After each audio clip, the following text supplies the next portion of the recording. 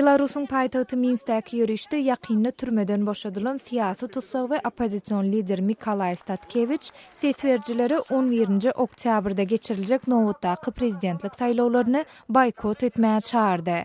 23-nji sentýabrda prezidentlige öňkü dalaşgär Statkevich ýurtda opozisiýon şahslar saýlawlara gatnaşmakdan gadagyn edilenden soň ýüzlerçe demonstranty ses bermedlige çağırdy.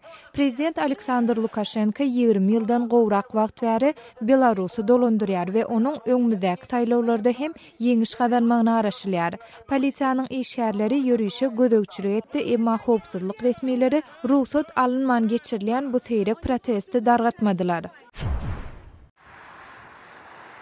Serbiya bilen Horwatiýanyň arasynda migrant krizisi bilen baglanşykly dawalar ýüze çykan bäri iki ýurduň arasyndaky serhetde transport ýüklewleriniň uzyn nowatlary artmagyny dowam etdirýär.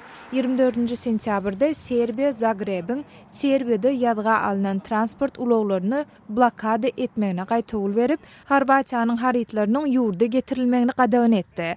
Horwatiýa migrantlaryň we bosgunlaryň akymyny towtatmak maksady bilen güdüň edilýän blokadany geçen hepdäniň ahirinde durmuşa geçirdi.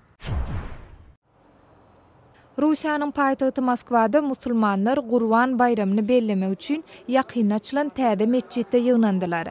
Gürüň edilýän bu meçit Rusiýanyň, Türkiýanyň we Palestinanyň prezidentleri tarapyndan Gurban bayramyndan bir gün öň resmi dawara bilen açyldy.